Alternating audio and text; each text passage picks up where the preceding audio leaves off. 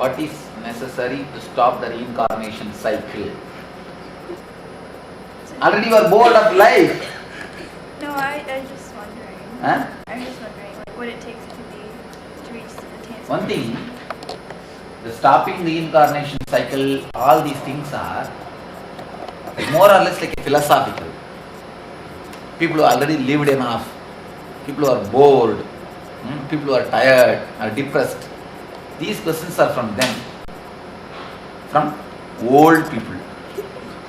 I tell you that this very question shouldn't appear in your mind. If the question appears in your mind, the first thing you need to do is to repair your mind, not to answer this question. To repair your mind, there is something lacking in your mind. So never allow this question itself to appear. You are supposed to know as how to live the life more joyfully. How to live the life more joyfully. How to face the life more beautifully, with more courage, with more balance, with more centeredness. So never bother about this question. The very question is from sickness.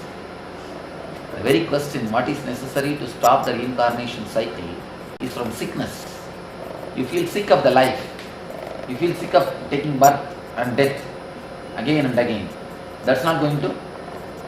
The very idea that life is sickness is from elders. Just because those fools are sick, don't think that life is sick. I tell you really, life is not sick just because those fools are sick. Never think just because your father, mother fight, the life is fighting. Life is something more beautiful. In this age, catch the knack or catch the. It is actually, even meditation is not a big thing to be done every day, that you will close your eyes and sit and do. You are not those things. It is just a knack. Like a game, you see, first 1 or 2 days when you start playing, you have to learn. Even cycle, to drive a bicycle. First few days you have to learn.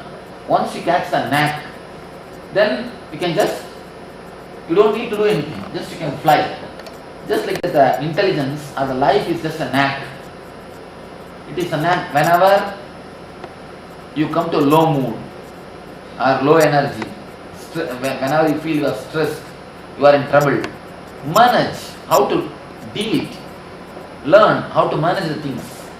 Whenever the situation forces you, whenever the life puts too much on you, or life expects too much from you, know how to manage the situation, that's all. Now, as I know what you do, you connect all your disturbances and think the whole life is nothing but disturbance. You understand? Am I right? You connect all your disturbances. When all you are disturbed, what all the moments you are depressed, what all the moments you are stressed, what all the moments you didn't feel happy. You connect all those moments and think the whole life is nothing but a big chain of stress. That is why you think how to stop the life and death cycle, how to stop the rebirth. Never think it is a simple old idea. Don't work for stopping reincarnation. Work for how to stop the depression, how to face the situation more balanced way, how to cope up with our mind. Your mind is continuously bombarded with the desires, and so much of desires are sent inside your mind from outside. Just learn the knack or the method how to work out which is right desire and wrong desire. Next, how to create the right desire. Over. Learn these simple things to live, not the great philosophical things to stop the reincarnation cycle, all these that things. Next question. What is Hinduism's stance on evolution? Whose question, please?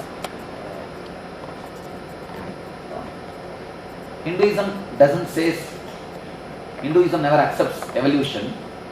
It says we are descendant of gods. Evolution means, according to Darwin, we grew, or we are the outcome of chimpanzee or monkey. But according to Hinduism, not only Hinduism, according to truth, we have come down from the divine level. We are not grown up from the animal level. We have come down from the divine level. Our original nature is supposed to be divine. So we are supposed to go back to that nature. One thing, if you have grown out of animal, your ideal or your forefathers, or who are your forefathers? Who are your forefathers? Chimpanzee is your forefather. Am I right? Speak out. Well, I mean, I don't understand how you can say that you came from above, considering there's all that. How do you deal with all that, factual proof that they have, where they compare? I'm coming to the factual proof only. But now, this point you understand that if you say you are evolved from animals, who is your forefather? I mean, Hinduism stresses that God isn't everything. So I mean, I don't understand why it's so bad. No, let us not go to the intellectual other ideas. Let us be clear of this idea. Just answer me. Who is your forefather? According to evolution theory. It's essentially the apes. If it comes down to that, then apes is we grew from apes, so they were before us. They're basically our ancestors. No, I am not able to understand what you say. Coming from apes. Apes, same thing, gorilla, monkeys. Chimpanzees, Yeah. from the monkeys. Once you know your forefathers are monkeys, how is it possible for you to evolve? Once you think your forefathers are from that source, you have no higher ideal. You have no higher ideal. There are two things you need to understand: fact and truth. Fact is about the past. Truth is about the future. So if you understand, according to Darwin's theory, your forefathers are chimpanzees, you will be satisfied in the level which you are living. Oh, we are much more than chimpanzees. Nothing much to be done. Only when you understand you are from divine, you are asking for the facts and proofs. If you just look back a little bit, our forefathers were never chimpanzees, they were rishis. Only in the West you are taught from the young age our forefathers are animals. In the East you are always given the idea, not only idea, truth. Your forefathers are rishis who were able to do everything just by the thought, just by the word, just by the one Shana means the Moment. in 1 second, in one moment, they could create a world or destroy a world. Don't think all these things are stories.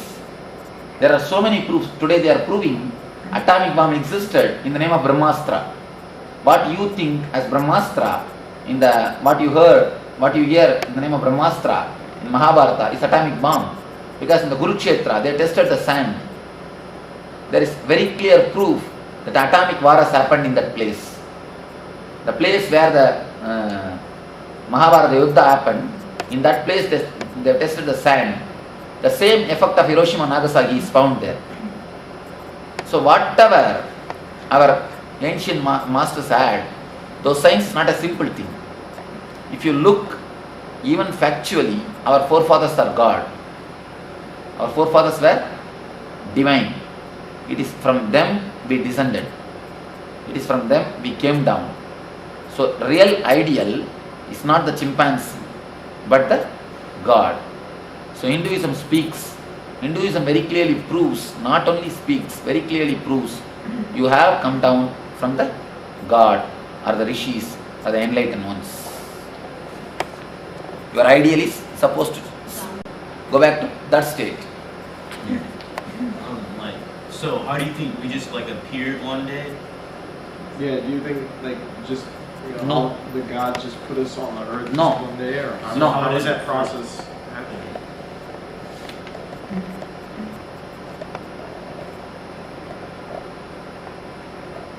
When the in the mind of a God, when the desire to create the humanity appeared, when the desire appeared, 3 levels of beings have appeared on the planet Earth. One is filled with the desire. Another one is filled with desire and creativity. Third one is filled with creativity. These 3 levels of beings have appeared on this in the planet Earth. When the desire appeared in the mind of the God or in the mind of the enlightened ones. If you live only filled with desire, your life will be very 3rd grade. If you live desire and creativity, your life will be 2nd grade.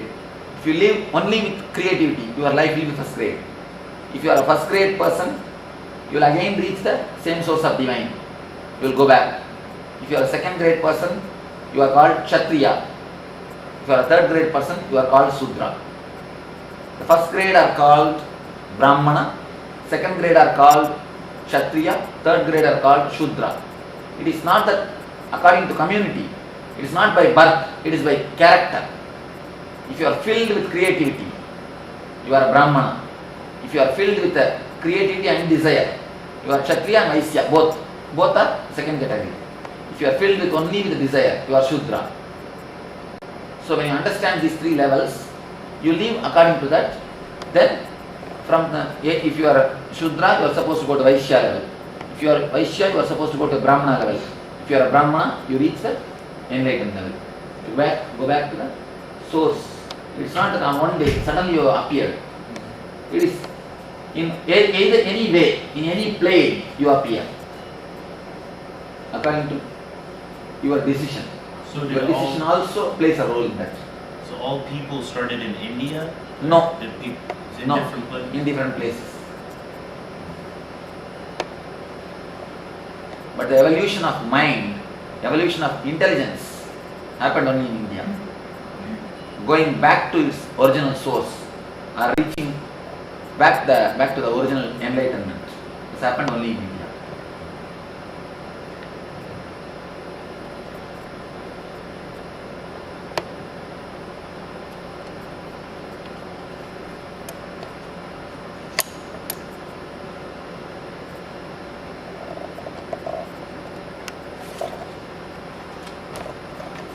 Deeper explanation on karma from the answer given in the book on spirituality. Yes. Read out. What deeper explanation you want? I just didn't really understand this. It's your question? Yeah. Read out. Shall I read out? What is karma? Whenever an action has been started but not completed, there is a force that pulls you to complete it, to fulfill the experience. That is karma. Any unfulfilled desire can act as that force. Even if you drink a glass of water without entering the experience fully, it will leave you with a sense of dissatisfaction. This dissatisfaction draws you to enter into another body and repeat the very same actions again and again till you get fulfillment. The tension or pull which you experience is karma. See, any desire, if you have not enjoyed totally a music, you want to listen, but you have not listened totally, half of the song you are listening by the time some other work has come. Then you go to attend that work, again you come back, you will be pulled to listen the same song after your work is over. Even at the time of work, even at the time when you are working, your mind will be on that song. Then only when you come back and listen to that song properly, totally, when you have completed listened, when you have totally enjoyed, only then you forget about that song. The pull which brings you back to enjoy or fulfill it, to complete that experience, is what is karma. You understand now? Now, most of the time, when you enjoy anything in the world, the restlessness, inner restlessness, will not let you enjoy anything. Either guilt or inner restlessness. Inner restlessness will express in so many ways, even the shaking leg.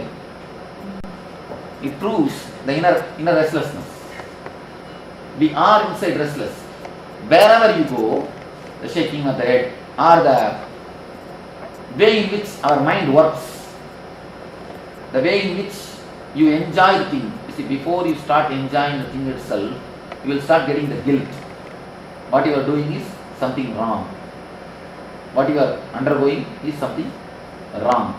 If you have the guilt before enjoying, if you have or the restlessness before enjoying itself, you want to reach the end of it. Before having the first food, first taste itself, you want to go to the end of it. So if you have the restlessness to reach the end or the guilt to start, if you have the guilt, the starting itself will be troubled.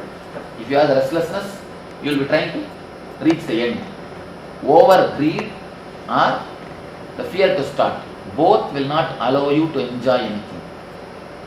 So when these two are there, no desire will be fulfilled. You will be pulled back again to fulfill the same desire. So as long as you are not fulfilling your desires, not fulfilling your life, you will see again and again, you will be pulled back, you will be brought back to the earth to enjoy it. This is the explanation which I give for karma. Karma is not a fate or vidhi as you call it. According to my experience, there is no such thing as vidhi. The future is left completely open by existence. It is we who decide. If you live the present moment fully, without worrying about the past and the future, fully, deeply, truly, that is enough. You can free of karma. Karma cannot touch you. Drop the restlessness and drop the guilt for anything. Then you will see. You will be totally in the present moment. You will be totally able to receive it. You will be totally able to live it. Then no karma touches you. You will go beyond the karma. Do you understand? Do you have to be Hindu to be liberated? No. If you are a Hindu, you cannot be liberated. When you lose the idea that you are a Hindu, only then you can be liberated. So liberation does not need any pre-qualification to be a Hindu or to be something. Follow as deeply as possible the rules of Sanatana Dharma. When I say the word Sanatana Dharma, Hinduism is more like a science. In the outer world, how the science existed. In the science, you know, very clear rules, regulation, facts, figures are there. Just like that, the rules of the inner world, inner science is what we call Sanatana Dharma, or in modern days Hinduism. The outer religion is science, inner science is religion. So as far as Hinduism is concerned, it is the inner science. It has nothing to do with some religion.